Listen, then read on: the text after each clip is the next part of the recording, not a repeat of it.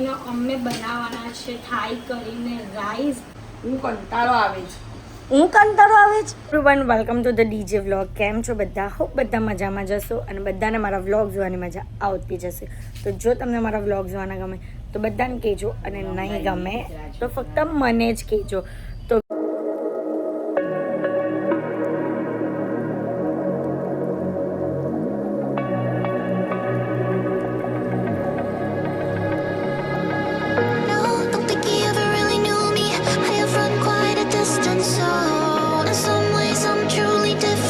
Guys આજે છે ને મને સવારમાં લેટ થઈ ગયો.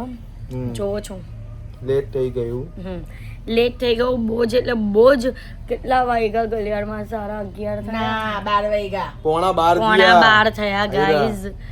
કારણ કે ઉઈથી લેટ વ્લોગ એડિટ કર્યો, પછી થોડું ઘણું એવું કામ હતું પર્સનલ તે કર્યું, અને પછી ફ્રેશ થઈ અને હવે કરવાનો છે વિડીયોનો શૂટ. પ્રમોશન વાળો વિડીયોનો શૂટ છે એટલે એમાં મમ્મીની પણ જરૂરત છે.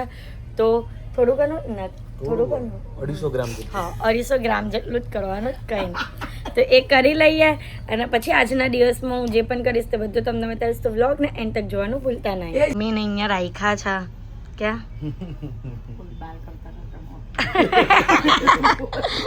હું જીન્નું બોલો ને તમે જોરમાં નહીં. ગાઈઝ હવેથી તમને અમારા છે ને પ્રેગ્નન્સીને રિલેટેડ પણ આમ થોડુંક એ થઈ ગયો, ફંબલ થઈ ગયો. પ્રેગ્નન્સીને રિલેટેડ પણ હાર્દિકનું મોડું છે ને, કંઈ પણ થાય ને ફંબલ કે કંઈ પણ હોય ને વ્લોગમાં કે ગરબર ગોતાલો એટલે મોડું જ બગડી જાય. હા કેવું મોડું કર, વાંધરા જેવું કરી દેવું હો મોડું.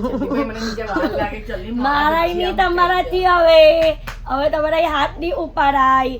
તો ગાઈઝ કંઈ નહીં, હવે તમને અમારા કોમેડી રિલેટેડના વિડીયોઝ પણ જોવા મળશે. પણ અત્યારે તો આજે ટાઈમ નથી, મમ્મી પાસે પણ ટાઈમ નથી અને હાર્દિક પાસે પણ ટાઈમ નથી. તો ફટાફટ જે પ્રમોશનનો વિડીયો કરવાનો છે તે કરી લઈએ. જો મા દીકરાનો પ્રેમ ચાટ. પણ તમને શું જરૂરત છે અત્યારે શૂટમાં ફોનની? કંઈ જરૂરત નહીં, શૂટમાં ફોન નહીં લેવાનો. લે કેમ એમના હાથમાં ફોન પકડાવાનો છે? ફોન નહીં પકડવાનો. પેપર વાંચતું.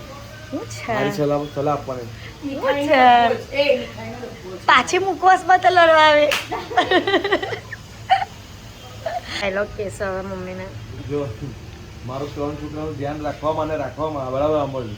મારા 3 છોકરાઓનું ધ્યાન રાખવામાં હું મારી સ્કિનનું ધ્યાન નહીં રાખી શકીએ. કેનું?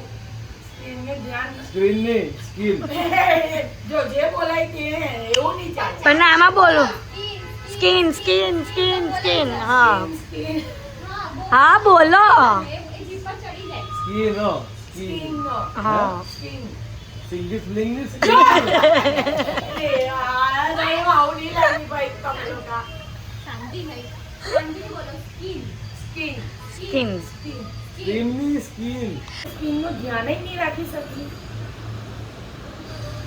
આવી ગયો. પરફેક્ટ. વાહ. બાજુ શૂટ ચાલે છે, એક બાજુ ફ્રેન્કી એ થઈ છે, બની છે એટલે ગરમ થઈ છે. એક બાજુ આ પાસ્તા હમણાં ગરમ થશે. સંજનાએ બનાવેલા પાસ્તા 10 દિવસ સુધી ગણાય. અને આમાં ગરમ લોચો મૂક્યો છું. 1 મિનિટ બતાવો તમને. ગરમ લોચો. અમારે અહીંયા લોચો બહુ ઘરમાં બને. કેમ બને પણ એ તો કેમ પણ ના સૌરવને ભાવે એટલે નહીં. મમ્મીએ કઈ મહેનત નહીં કરવી હોય ને ત્યાં લોચો બને. આ લોકો હું ખાઈ બોલ એ મગજમારી છે. તો બધા છોકરાઓને અહીંયા બહુ જીન્ના બધા છોકરાઓને બહુ મગજમારી છે. સાચી વાત છે. પણ હું કંટાળો આવે છે. કંટાળો આવે. મેં હર્ષ ને પપ્પા અમે લોકો દાળ ભાત એવું હોય તો ચાલ્યું જાય. શાક રોટલી ચાલ્યું જાય તો હું રાંધે રોજ હવા પણ કંટાળો સંગના પાસ્તા વાળી ને મેગી વાળી. હા એને નહીં ચાલે. એને દાળ ભાત હોય તો ચાલે, પણ શાક રોટલા નહીં ચાલે. એને દાળ કઠોળ બી નહીં ભાવે. મને પણ નહીં ભાવે ગાઈસ કઠોળ. માં તો ખાલી એક જ વસ્તુ ભાવે, મગ. એના સિવાય બીજું પેલા કંઈ ડુબીઓ. લીંબુ એટલે પેલા પોચા ને હા એવા ભાવે બસ ને આ જો આમાં ચેમ્પુ પણ આવી ગયો કે બધા જમવા બેસે છે તો મને પણ એમને કંઈ ખાવાનું મળશે પણ હજી એનો સમય નથી થયો અત્યારે તમને વિચારતા હશો કે હું ક્યાં આવી છું તો અત્યારે ફ્રેશ થઈને આવી ગઈ છું કલ્પના આંટીની ત્યાં હવે કલ્પના આંટી કોણ છે કલ્પના આંટી છે મારા ફેશન ડિઝાઇનર તો આ બેબી શાવરનો જે પ્રોગ્રામ છે ને તેમાં એક ફંક્શન પાર્ટી જેવો રાખવાના છે તેમાં મસ્ત મજાનો આમ ગાઉન પહેરવાનું છે બધાને વેસ્ટર્ન લુકમાં રેડી કરવાના છે ને સરસ મજાની પાર્ટી આપવાની છે એવી રીતનું ફંક્શન એક રાખવાના છે અલગથી તો એનું આઉટફિટ માટે સ્પેશિયલ અહીંયા આવી છું અને જે કાલે સાડી લીધી હતી તેનું બ્લાઉઝના માટે કે બ્લાઉઝની સ્ટિચિંગ માટે અહીંયા આવી છું કારણ કે અહીંયા બધી જ રીતની વસ્તુ કરે છે તમે મટીરિયલ લઈને પણ આવી જાઓ તો તમને બધી અહીંયા ઇઝીલી કરીને આપી દે તમારી પેટર્નમાં એ જો આવતાની સાથે કલ્પના ત્યાં આ રીતની પેલું શું કહેવાય આવકાર આપ્યો છે સરસ મજાની ઇડલી એટલી મસ્ત લાગે ને પેરી પેરી ઇડલી બનાવી તે ખાઉં છું અને જો આવ્યા હાય મસ્ત છે હે એક નંબર બનાવી છે થેન્ક યુ.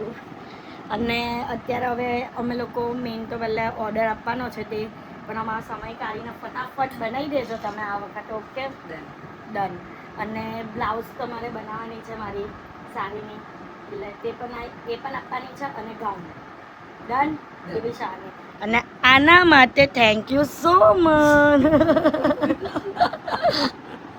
અત્યારે ઘરે આવીને અમે બનાવવાના છે થાઈ કરીને રાઈસ આ મશરૂમ અને બ્રોકલી એને બાફેલી હતી અને બીજી બધી વસ્તુ સવારીને મૂકેલી હતી મસ્ત ખાઈ કરી ગરમા ગરમ જેવો મશરૂમ અને બ્રોકલી ભાઈ બધા વેજીટેબલ અંદર થાઈ કરીને નાખી દીધા છે તમને જે ભાવે ને તે તમે વેજીટેબલ અંદર એડ કરી શકો છો અને આ પેસ્ટ બનાવી છે થાઈ કરીને કોથમીર મરચાં લસણ પછી બીજું બેઝિલ લીવ્સ એ નાખીને અને આ રેડીમેડ પણ મંગાવી છે રેડીમેડ થોડીક નાખવાની એટલે એનો ટેસ્ટ આવે બહાર જેવો અને આ મંગાવ્યું છે કોકોનટ મિલ્ક જો આખો કોકોનટ મિલ્ક છે આની અંદર જશે સંદન મેં ચમચી પકડીને ઉભી રહી કે તે ક્યારે બને હું ટેસ્ટ કરું હે ને બધાને ગાઈઝ અમારે અહીંયા બહુ જ ભાવે આવી બધી વસ્તુ હોય ને તો બધાને જન્નત મળે એમ તો નવી વસ્તુ બની એમ બસ ગાઈઝ બધી પેસ્ટ હવે અંદર એડ કરી દેવાની વેજીટેબલ જે સોર્ટ કર્યા ને એમાં મસ્ત થાઈ કરી બની ગઈ છે અને આ રાઈસ સરસ મજાનો જો ગાઈઝ તો ગાઈઝ બધાનું જમાઈ ગયું અને આજના માટે આટલું જ તો તમને મારો આજનો આ વ્લોગ ગમ્યો હોય તો લાઇક શેર એન્ડ સબસ્ક્રાઈબ કરવાનું ભૂલતા નહીં અને જેમ સપોર્ટ કરો છો તેમ જ સપોર્ટ કરજો લવ યુ ગાઈઝ બાય